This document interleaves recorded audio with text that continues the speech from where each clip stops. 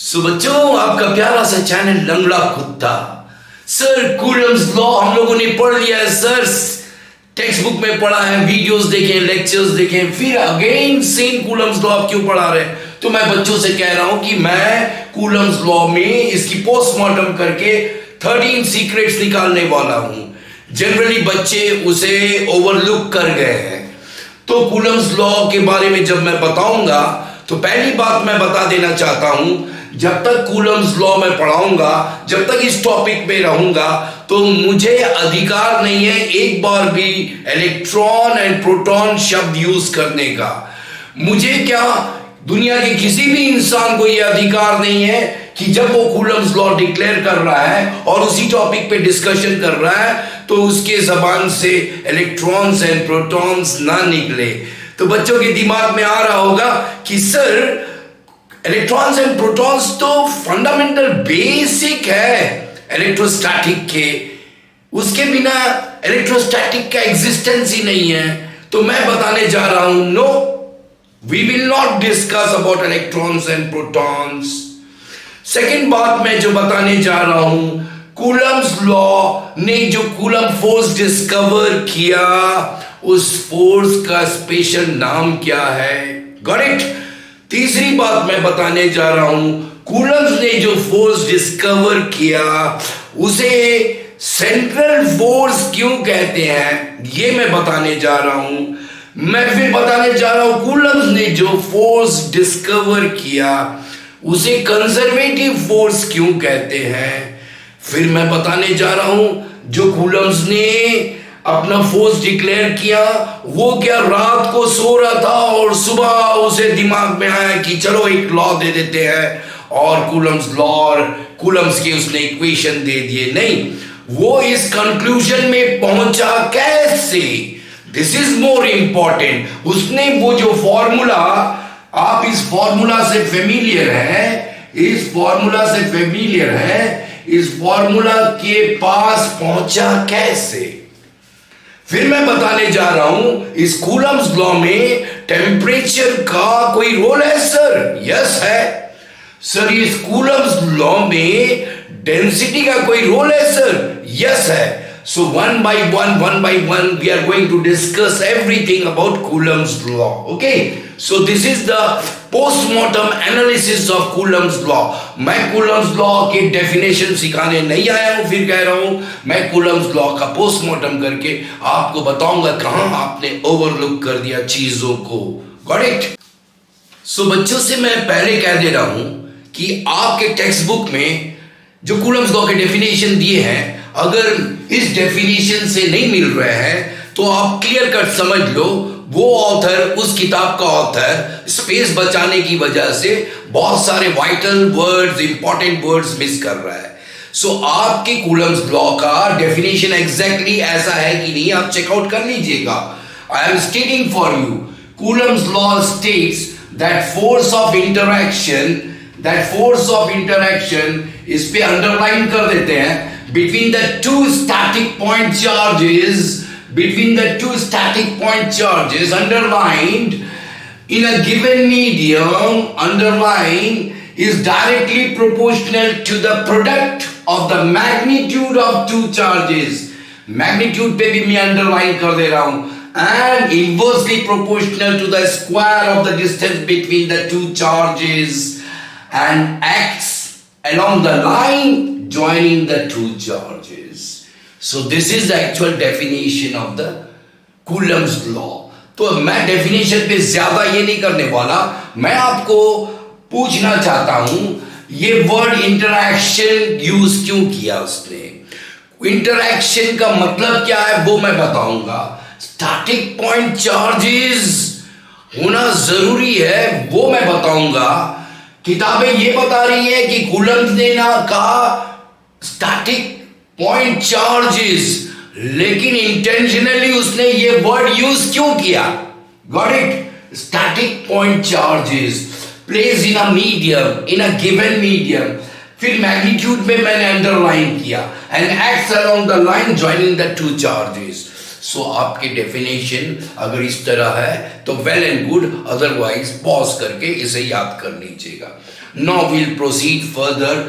Lot many things I need to tell you. अभी बताता हूं, पहले इन 5 चीजों के साथ डील कर दूं। और भी सीक्रेट छुपे हुए कूलम्स लॉ में। मैंने पहले ही कह दिया था, टेम्परेचर और डेंसिटी का रोल भी है। आपने किताबों में कभी नहीं पढ़ा होगा, ना आपके वीडियोस में लेक्चर्स में आए होंगे, ना तो आपके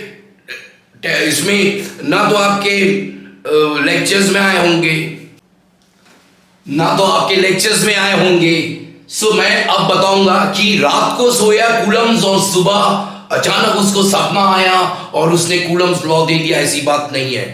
तो कूलम्स इस कंक्लूजन में पहुंचा कैसे, that I am going to show it. Okay, so I will rub this one. बच्चों, मैं रब कर देता हूं, आप इसे याद कर लीजिएगा जिस तरह मैंने प्लेसमेंट किया है। ओके, ठीक है। तो कूलम, दिस बंदा, ये बंदा जब 1897 में इलेक्ट्रॉन्स को डिस्कवर करने वाला जे थॉमसन 100 साल बाद, सो इसकी जिंदगी में इलेक्ट्रॉन्स एंड प्रोटॉन्स का नाम लेना बिल्कुल गलत है। So we will start right now. Okay, so actually क्या हुआ, दिस बंदा इन 1785 कूलम्स ने एक लॉ दिया, दैट इज कूलम्स लॉ। उसने क्या किया, 2 चार्जेस लिया बेटा। उसके जमाने में उसने क्या किया होगा वो देखिए। उसने 2 चार्जेस लिया और एट अ फिक्स डिस्टेंस ले लिया, at a fix distance 2 charges लिया। और लेने के बाद समझ लीजिए उसको वो पॉजिटिव एंड पॉजिटिव कर दिया और एट अ फिक्स डिस्टेंस उसने रख दिया। द फिक्स डिस्टेंस सपोज इस दोनों का distance, suppose it is r। सो ये फिक्स डिस्टेंस उसने मेंटेन किया। एक बड़ा सा बॉल ले लिया, एक बड़ा सा बॉल ले लिया और उसने कैलकुलेट किया force between the 2 spheres using torsion balance. Torsion balance से यूज किया तो उसने जो डिस्कवर किया था that force is directly proportional to product of the 2 charges, magnitude of the product of 2 charges Q1 and Q2। suppose उसने Q1 इसे लिया and Q2 इसे लिया। ओके, एक स्फीयर, इस दोनों में उसने फोर्स कैलकुलेट किया उस जमाने में, बट वो फोर्स इस प्रोपोर्शनैलिटी को फॉलो नहीं कर रहा था।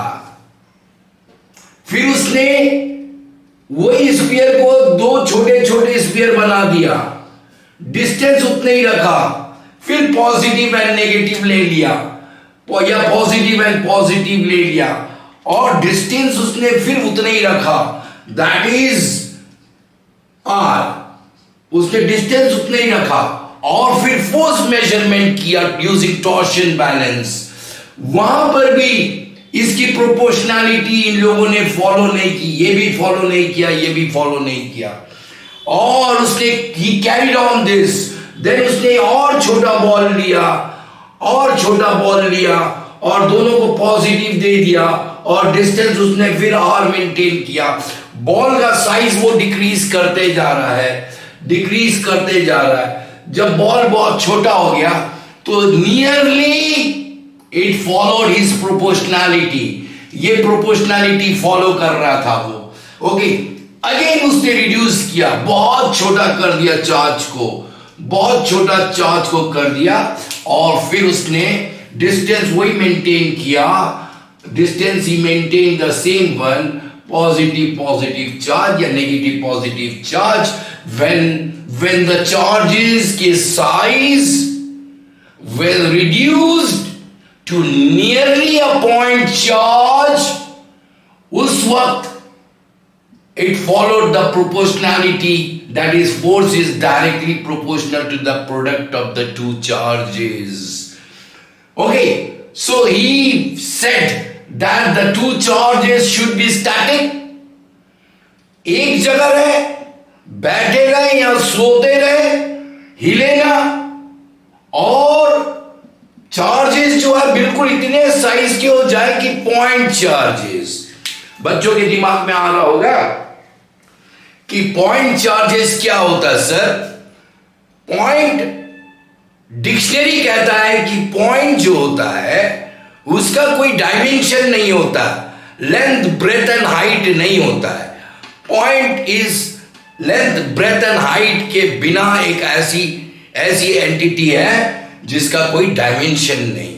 So the charges should be point charges, charges should be point charges. तो धीरे धीरे धीरे धीरे धीरे धीरे अपने स्पीयर्स के साइज को डिक्रीज करते हुए अल्टीमेटली वो एक ऐसी जगह पहुंचा जहां बिल्कुल छोटा सा स्पीयर मिला, और उस वक्त it followed this proportionality. Okay, that is force is directly proportional to product of the magnitude of two charges. Got it?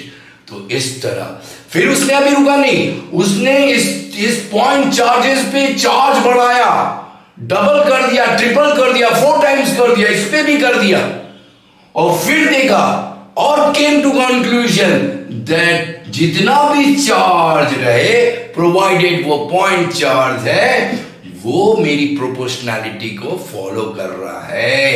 Got it? Then later on he found out that his force, the discovered force, जिसने बाद में नाम दिया Coulombic force. तो Coulomb's के जो force का special नाम क्या है? Coulombic force. So that force is inversely proportional to square of the distance between the two charges. So finally came to conclusion that he has discovered a force which can be written in the form of equation Q1 Q2 by R square. Got it? And K जो है is a constant, और इस constant का special नाम है electrostatic force constant. Exam में आता है ये question, what is the name of this constant के? Electrostatic force constant. अब ये इलेक्ट्रोस्टैटिक फोर्स कांस्टेंट आपकी किताबों में दिया है, 2 सिचुएशन दिया हुआ है, that it depends on 1 2. Number 1 is the nature of medium that you have chosen. आपने चार्जेस को किस मीडियम में रखा है वो, और दूसरी बात that system of units you are choosing. So अभी इसके ऊपर में डिस्कस करते हैं। Got it? So बच्चों लोग के दिमाग में है कि अब तक कूलम्स लॉ से हमने सीखा क्या? कूलम्स लॉ जो बात कर रहा है वो फोर्स ऑफ इंटरएक्शन की बात कर रहा है। बच्चों के दिमाग में है कि फोर्स ऑफ इंटरएक्शन क्यों यूज कर रहा है वो? इंटरएक्शन का मतलब क्या होता है सर? इंटरएक्शन का मतलब ये होता है जो ये फोर्स डिस्कवर किया है ये positive and positive, negative and negative repel each other, while positive and negative attract each other. ऐसे फोर्सेस जो कभी अट्रैक्टिव भी होते हैं और कभी रिपल्सिव भी होते हैं, ऐसे फोर्सेस के लिए इंटरएक्शन शब्द यूज किया जाता है। दूसरा कंक्लूजन, अब तक के डिस्कशन में, अब तक के पोस्टमार्टम में क्या पाया? What conclusion the students got? That he is talking about point charges, यानी कि हिमालय हो या छोटा सा पत्थर, कोई भी मास आप उसका सेंटर ऑफ मास निकाल सकते हो। If you go back to your physics chapter class 11, centre of mass का निकाला जा सकता है। कूलम्स इनडायरेक्टली बता गया पूरी दुनिया को कि सेंटर ऑफ चार्जेस नहीं हो सकते हैं, सेंटर ऑफ चार्जेस नहीं हो सकते, किसी भी चार्ज का सेंटर नहीं होता। इसीलिए be careful that centre of मास होता है, सेंटर ऑफ चार्ज नहीं होता है, क्योंकि सेंटर ऑफ चार्ज एक पॉइंट होता है, वो है ही नहीं, इसलिए मजबूरी में कूलम्स को पॉइंट चार्ज लेना पड़ा। Got it? सो दो कंक्लूजन हम पोस्टमार्टम करके निकाल लिए हैं, दैट एनी शेप, चार्ज का जो भी शेप हो उसका सेंटर ऑफ चार्ज नहीं हो सकता, मास किसी भी शेप का हो उसका सेंटर ऑफ मास हो सकता है। Now we will discuss the equation. Okay, so this is the Coulomb's law in mathematical form. Coulomb's law in mathematical form, that too scalar form. Scalar form जब लिखोगे इस तरह लिखोगे, और वेक्टर फॉर्म जिसको मैं अभी डिटेल में बताऊंगा, ऐसे बताऊंगा जैसे क्लास 7-8 के बच्चे समझ जाए, उस तरह वेक्टर आपको समझा दूंगा बच्चों। अभी फॉर द टाइम बिंग लिख दे रहा हूं ऐसा vector form. This is the vector form of Coulomb's law. Okay, but it needs explanation. अभी इसको बेटर वे में प्रेजेंट करूंगा, जिसमें एग्जाम में क्वेश्चन भी आते हैं। Represent Coulomb's law in vectorial form. Got it? But we'll discuss right now this equation. Got it? So इसे मिटा देते हैं, इसे मिटा के इसके बारे में बात करते हैं। That force is equal to some constant product of the two charges and the square of the distance, inversely proportional to the square of the distance. K, आपकी किताबों में K के बारे में दो चीजें दी है, मैं आपको चार चीजें दूंगा।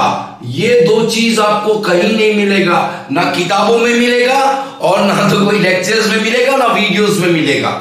First one, okay, all your textbook says that K depends on nature of medium chosen. आपने nature of medium, आपने अपने चार्जेस को पानी में डुबा के रखा है, या किसी गैस में रखा है, या किसी पेट्रोल में रखा है, या किसी दूसरे मीडियम में रखा है।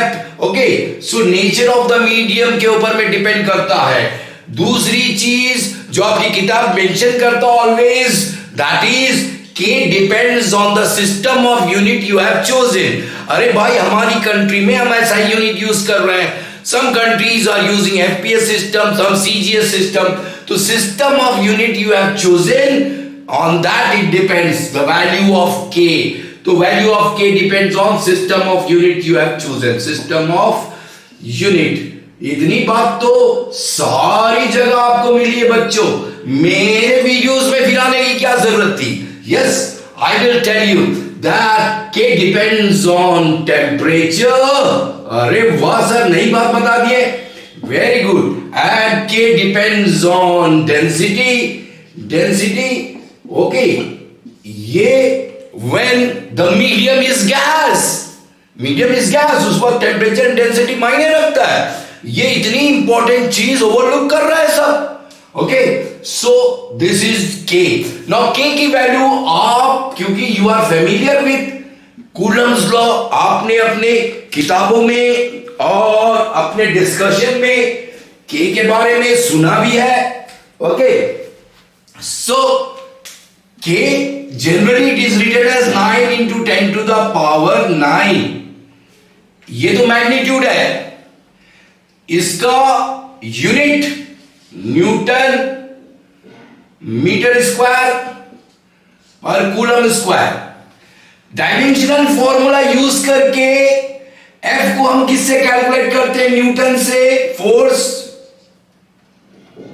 K के बारे में मुझे मालूम नहीं, चार्जेस दो है इसलिए coulomb into coulomb, coulomb square, distance metre square. So cross multiply करके K की यूनिट मिल जाएगी newton metre square coulomb square. 9 into 10 to the power 9 metre square coulomb square, इसको यूज करना है। लेकिन याद रखिए ये हमेशा ऐसे ही रहेगा, जरूरी नहीं। This particular value of K is valid when your charges are placed in free space, vacuum में रखे हैं तब के लिए ये ट्रू है। बच्चों के दिमाग में है जब जैसे प्रॉब्लम आए के की वैल्यू 9 into 10 कर दो, यूज कर दो। No, be careful. Okay, so I said that nature of medium पे डिपेंड करता है के, system of unit you have chosen के, ये दो तो आपके किताबों का हिस्सा है। लेकिन temperature and density, yes it depends provided the medium is gas.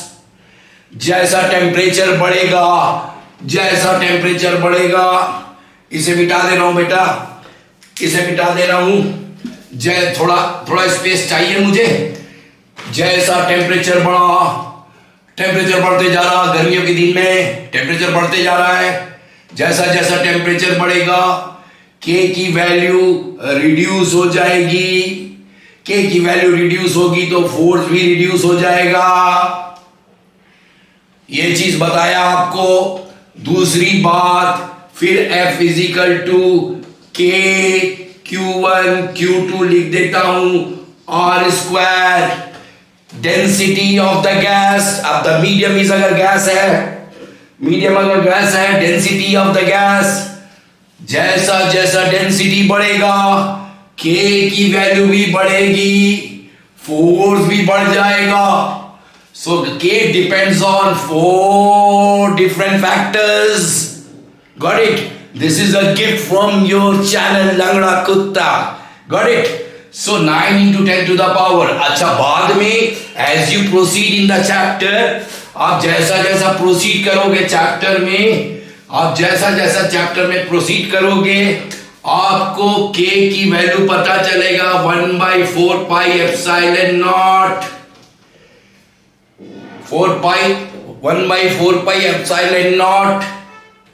ये 4 पाई एप्सिलॉन नॉट, ये जो है इसकी वैल्यू बाद में करते हैं। इसकी यूनिट क्या होगी अगर आपसे पूछ ले, एग्जाम में पूछता है यूनिट, आप कुछ मत करना। ये न्यूटन मीटर स्क्वायर के का, के की यूनिट क्या लिखे थे हम लोग, newton metre square coulomb square.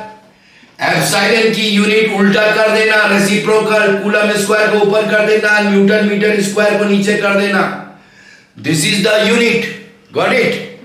Okay, so epsilon naught की यूनिट ये है and magnitude is 8.85 10 to the power -12 coulomb square newton metre square, ऐसा लिखा जाता है। Got it? Epsilon naught. Epsilon naught is permittivity of the medium, that is space, free space, vacuum. Vacuum वाली epsilon naught की value, this one is there, not always. So बच्चों, आपके दिमाग में है कि सर कूलम्स लॉ जिस force को डिस्कवर किया उस फोर्स को सेंट्रल फोर्स क्यों कहते हैं और उस फोर्स को कंजर्वेटिव फोर्स क्यों कहते हैं? प्लीज हमें समझा दीजिए सर अपनी लैंग्वेज में। तो मैं बच्चों को बोला कि भाई 2 चार्जेस, एक पॉजिटिव एक नेगेटिव ले लो और उसे अपने ग्राफ पेपर पे कहीं भी रख दो, ग्राफ पेपर पे कहीं भी रख दो, और ओरिजिन पे जानबूझकर एक पॉजिटिव चार्ज रख दो, जानबूझकर origin. This is Y axis, this is X axis. एक चार्ज यहां रखो, इसका नाम Q1 दे दो, इसका नाम Q2 दे दो। अभी आपको समझाता हूं why Coulomb's force is known as central force. Now you see force of repulsion between Q1 and origin पे जो चार्ज है, force of repulsion is directed away. Okay, force of attraction acts along this line and it is always directed towards the origin. origin से जा रहा है या origin की तरफ आ रहा है, main source की तरफ। this is a fixed point। जब भी ऐसे force always directed towards a fixed point, origin, such forces are known as central force। इन दोनों के बीच में एट्रैक्शन होगा, इन दोनों के बीच में, क्योंकि एक नेगेटिव है एक पॉजिटिव है, this force is also directed towards a fix point. So such forces are known as central force, always directed towards a fixed point or away from the fixed point. Got it? दूसरी बात आपके दिमाग में आ रहा, sir conservative force क्यों कहते हैं? तो मैंने बच्चों को बोला चलो जंगल घूम के आते हैं. सो वी सॉ क्रेन, एक बोगला देखे, बोगला. Okay, so we have seen this one. जंगल में जाके देखे इसके पूंछ पे एक चींटी बैठी है, एक चींटी बैठी है. चींटी को चार्ज ले लो. चींटी की कोशिश है कि यहां से आंखों तक पहुंचे. ओके, तो चींटी के पास में 3 चॉइस है. एक तो वो डायरेक्टली यहां चले जाए, आंखों के पास डायरेक्टली सीधा अपना पाथ ले और ऐसा निकल जाए. दूसरी दिन वही चींटी सोची पीठ पे चढ़ के जाऊंगी और अपने डेस्टिनेशन में पहुंचूंगी आंखों पे. चौथे दिन चींटी नीचे की तरफ से, तीसरे दिन नीचे की तरफ से अपने डेस्टिनेशन आंखों के पास जाना है. ये उसका घर है, यहां पहुंचना है. In all the cases work done, अगर चींटी को इमेजिन करो a charge, work done in moving a charge from this point to this point depends only on the initial and final position, not on the path taken. किस रास्ते से ये आया ये जरूरी नहीं, कहां पहुंचा है ये जरूरी है. So work done between 2 points depends on the initial and final position and not on the path taken. ऐसे फोर्स को कहते हैं conservative force. Got it? So we move forward. Okay, so बच्चों वीडियो ज्यादा लंबा ना करके मैं वीडियो को 3 टुकड़ों में बांट दिया. कूलम्स लॉ के और भी वीडियो आने वाले, उसे देख लीजिएगा. उसमें आपको वेक्टोरियल फॉर्म ऑफ इस तरह समझाऊंगा जैसे क्लास 9-10 के बच्चों को समझाता हूं. वेक्टर से आपको जिंदगी में कोई प्रॉब्लम नहीं होने वाला. दूसरी बात ये बता दूं कि जो प्रॉब्लम्स उसके बाद जो वीडियो आने वाला उसमें very good problems, board, NEET, JEE, IIT सारे के सारे मिलने वाले. आप उस वीडियो का इंतजार कीजिएगा. राइट नाउ आई से good by two you because video ज्यादा लंबा हो जाएगा, आप बोर हो जाओगे. और मैं आपको जाने के पहले बता देता हूं Coulomb's has its limitation. Coulomb's law 3 condition में फेल हो जाता है. आपके किताबों में 2 कंडीशन दिया, मैं 3 बता दे रहा हूं. पहला तो Coulomb's law is valid for point charges not for extended charges. जहां एक्सटेंडेड चार्जेस होंगे वहां एज ए होल याद रखना मेरी बात, नेक्स्ट वीडियो में बता. As a whole Coulomb law fail हो रहा, कूलम लॉ एग्जैक्टली फेल नहीं हो रहा, एज ए होल फेल हो रहा. दूसरी बात कि Coulomb's law is not valid for moving charges, क्योंकि मूविंग चार्जेस जो मैग्नेटिक फील्ड तैयार करते हैं इसलिए कूलम्स लॉ वहां वैलिड नहीं है.